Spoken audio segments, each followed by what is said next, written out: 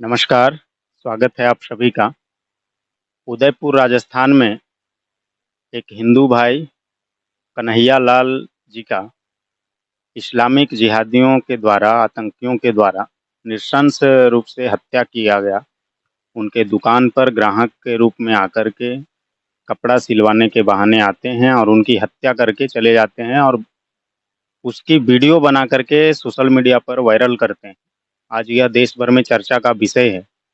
ये देश भर में देश के जांच एजेंसियों को, देश में आतंकवादी विरोधी जो भी एजेंसियां हैं उनके रडार पर यह घटना है। आज इसी घटना पर हमारे साथ बात करने के लिए झारखंड प्रदेश बजरंग दल के प्रांत मिलन प्रमुख श्री संजय चौबे जी हैं। इनसे इस विषय पर बात करेंगे और इस घटना से संबंधित बहुत सारे विषयों पर इनसे चर्चा करेंगे। तो बहुत बहुत स्वागत है आपका एक संदेश भारत। जी, धन्यवाद बालकृष्ण जी। उदयपुर राजस्थान में जो घटना घटित हुआ, यह देश भर में एक चर्चा का विषय है कि ऐसे घटनाओं से देश भर का जो माहौल है वो कैसा खराब हो रहा है। इस पर आपका पहला प्रतिक्रिया क्या? देखिए, उदयपुर का जो घटना है वो हृदय विदारक घटना है और एक निपुर शर्मा के मोहम्मद साहब के पोस्ट के ऊपर यहाँ के मुसलमान समाज को न्यायपालिका से लगता है कि विश्वास उठ चुका है।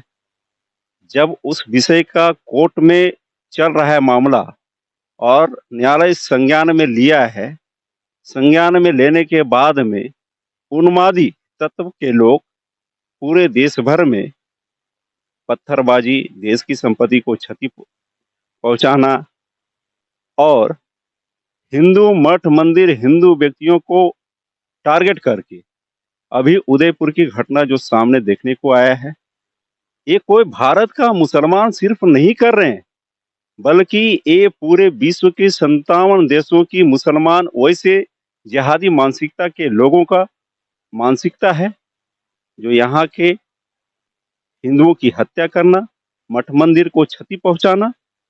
अरे, इस पर तो डिबेट पर आना चाहिए था। ये नुपुर शर्मा के जिस कथित बयान के ये में आरोप में पाकिस्तान से संचालित आतंकी संगठनों के संरक्षण में ऐसे कन्हैयालाल जैसे सामान्य लोगों को सिर्फ नुपुर शर्मा के समर्थन पोस्ट को सोशल मीडिया पर समर्थन करने के एवज में उनकी हत्या कर दी जाती है। इसको आप किस दृष्टि से देखते देखिए, देश में आतंकवाद, जिहाद मामला कोई बड़ी नहीं है।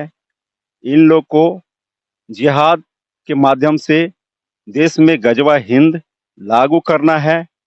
अब बताइए, वो दो आतंकवादी आते हैं और कन्हैया लाल एक गरीब परिवार से जो दर्जी का काम करता है, एक छोटा पोस्ट में उसकी हत्या कर दिया जाता है, जिसकी तार पाकिस्तान से जुड़ा हुआ है, सऊदीया से जुड़ा हुआ है। अब पूरे देश भर के जो बोलते हैं, ये सब भी मुसलमान बोलते हैं, एक प्रतिक्रिया किसी ने नहीं दिया। ये जो घटना हुआ है, ये घटना निंदनीय है, ये भी बोलने के लिए तैयार नहीं है। देश भर की मुसलमान की मानसिकता, हमको तो लगता है कि सबका जिहादी मानसिकता है। और ये घटना, उदयपुर का घटना हम सभी के लिए बहुत दुखदायी घटना है। और जो ये इस तरह का जिहादी मानसिकता के व्यक्ति थे, सिर्फ कन्हैया लाल की हत्या नहीं, बल्कि देश के प्रधानमंत्री को चुनौती देते हैं।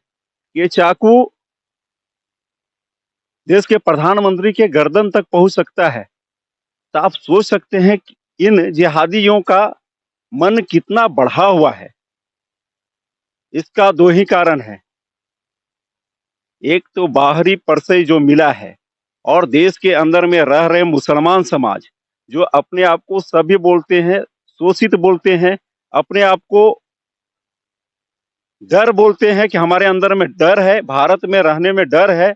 वैसे मुसलमानों की बढ़ावा के कारण इस तरह की घटना घट रही है, जो देश के प्रधानमंत्री को चुनौती दे दे। ये बड़ा जटिल एक प्रकार का प्रश्न है कि दो आतंकी आते हैं, उनकी हत्या करते हैं और अपना वीडियो जारी करके देश के प्रधानमंत्री को भी कहते हैं कि मोदी आग तूने लगाई है, बुझाएंगे हम, यह हथियार तुम्हारे गर्दन भी काटेंगे, ऐसा कहना है उन आतंकियों का।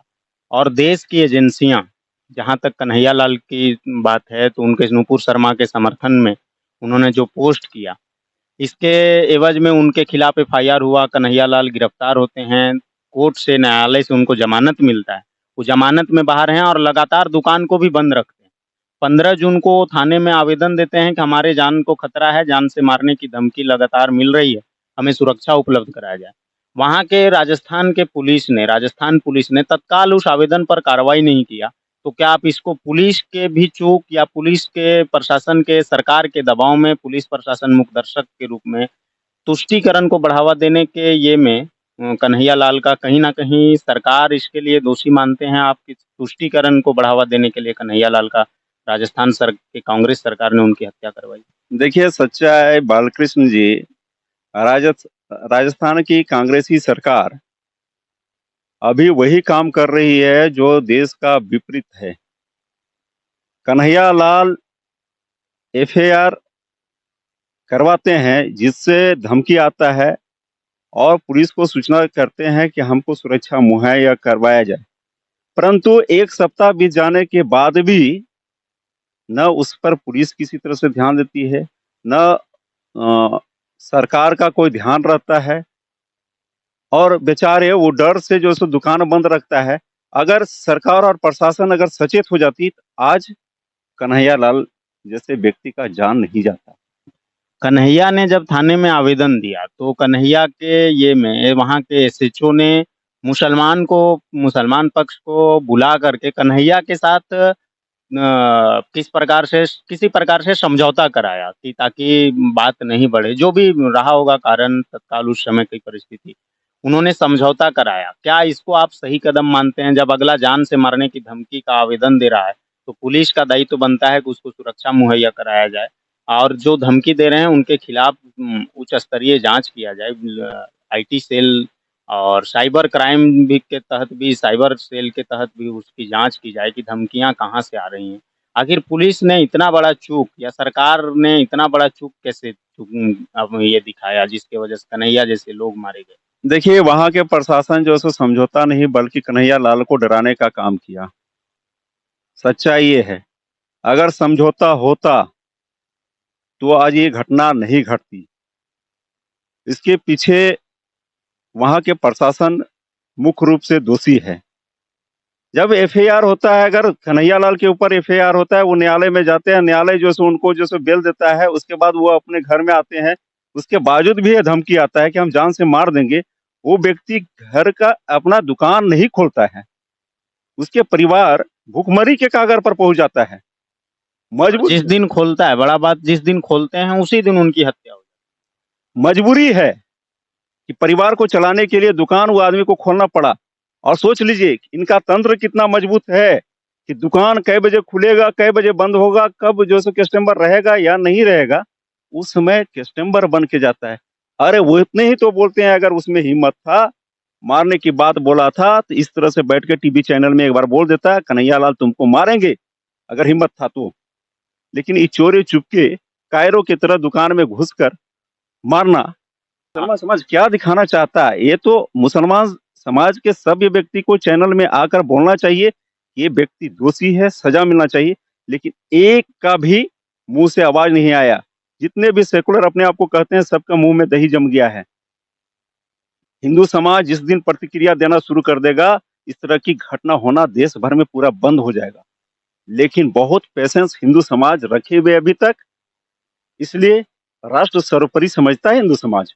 आप सरकार से तत्काल, भारत सरकार से, राज्य सरकार से इस घटना पर क्या कार्रवाई चाहेंगे और उन दोषियों पर तत्काल कार्रवाई हो, इसके लिए आप क्या सरकार से निवेदन?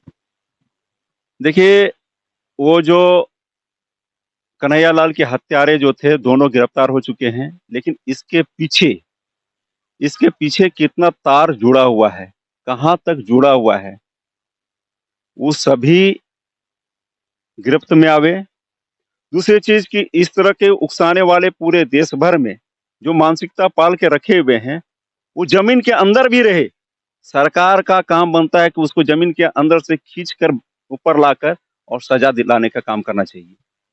अगर सरकार इसमें अगर विफल होती है तो भाई परिवार मेरा मरा है, दुख हमें है, हम तो खड़ा होंगे। फिर उस समय अपने लोगों को दोषी नहीं समझना चाहिए। हम तो सरकार से एक ही मांग करेंगे, राजस्थान सरकार अगर हिंदुओं की सुरक्षा नहीं दे पाती है तो वहां राष्ट्रपति शासन करे। दूसरे विषय, कन्हैयालाल जिस पुलिस प्रशासन से अपनी सुरक्षा का गुहार लगाया था, अविलंब बर्खास्त करना चाहिए। वैसे लोग आतंकवादी को परिचय दे रहे हैं। जब हिंदू सुरक्षित नहीं है तो देश कहां से सुरक्षित रहेगा? जब यहाँ पर देश में जब तक हिंदू सुरक्षित हैं तब तक देश सुरक्षित है। अभी इस घटना पर, चूंकि आप झारखंड प्रदेश का नेतृत्व करते हैं, झारखंड में आप अपना संगठन को चलाते हैं, तो झारखंड में भी हिंदुओं की हत्या कोई कम नहीं हुई है। रूपेश पांडे का आप घटना ले लें, रांची की घटना को ले लें, राज्य में भी बहुत सारे घटनाएं घटित हुई हैं। झारखंड प्रदेश के लोगों से आप क्या आह्वान करेंगे? देखिए, अभी हिंदू समाज को संगठित होने की आवश्यकता है। पहला तो यह है, दूसरा क्या है, पेशेंस के साथ में काम करने की। और बरही का घटना, लोहरदगा की घटना, रांची की घटना, साहेबगंज की घटना, विभिन्न जिला में हिंदुओं के ऊपर जानलेवा हमला किया गया, हिंदू उत्सव में तोड़फोड़ किया गया, हिंदू मठ मंदिर में तोड़फोड़ किया गया। इसका दो कारण है। एक तो यहाँ के वर्तमान अभी सरकार जो है और सरकार के जो चीफ हैं, मुखिया हैं, हेमंत भाई जी, इनका पक्षपात ईसाई और कसाई के साथ में बढ़कर हो गया है। इसी का कारण है कि भैरव सिंह जैसे सामाजिक कार्यकर्ता संगठन के किसी भी दायित्व में व्यक्ति नहीं है, लेकिन देश और राज्य में हिंदू समाज की आवाज उठाना क्या गुनाह है? अगर गुनाह है तो ऐसा गुनाह हम भैरव सिंह जैसे कार्यकर्ता करेंगे ही, करने के लिए तैयार हैं। लेकिन सरकार किसी का भी हो, सरकार पक्षपात नहीं होनी चाहिए। चाहे वो भारतीय जनता पार्टी की सरकार हो, जेएमएम की सरकार हो, या कांग्रेस का सरकार हो, या आरजेडी का किसी भी अन्य राजनीतिक दल की सरकार हो, लेकिन राज्य में रहने वाले समान से समान व्यक्ति को न्याय मिले, यह आशा रखता है। रांची के घटना में बालकृष्ण जी जो अपराधी थे, जो पत्थरबाजी करने वाले थे, अंडर 20 के व्यक्ति थे, उनकी तस्वीर रांची प्रशासन ने जगह जगह पर लगवाया, जिसको सरकार की दबाव में रातों रात उतारना पड़ा। बताइए, तो ऐसे जो जिहादी मानसिकता के लोग हैं उनको बढ़ावा कौन दे रहा है? यहाँ की वर्तमान सरकार दे रही है। दोषी तो सरकार है। तो इसके उपाय के लिए बजरंग दल क्या करने वाले हैं? जन जागरण के माध्यम से आप लोगों को जगाएंगे, इसके लिए विशेष अभियान आप लोग झारखंड प्रांत में चलाएंगे? विशेष अभियान चलेगा, परंतु इस माह के बाद योजना बैठक है, बैठक के बाद निर्णय लिया जाएगा। बहुत बहुत धन्यवाद आपका। हमारे साथ बात करने के लिए उपस्थित थे बजरंग दल झारखंड प्रांत के मिलन प्रमुख हैं संजय चौबे जी। इन्होंने उदयपुर के घटना से लेकर के झारखंड के विभिन्न घटनाओं पर अपना वक्तव्य रखा।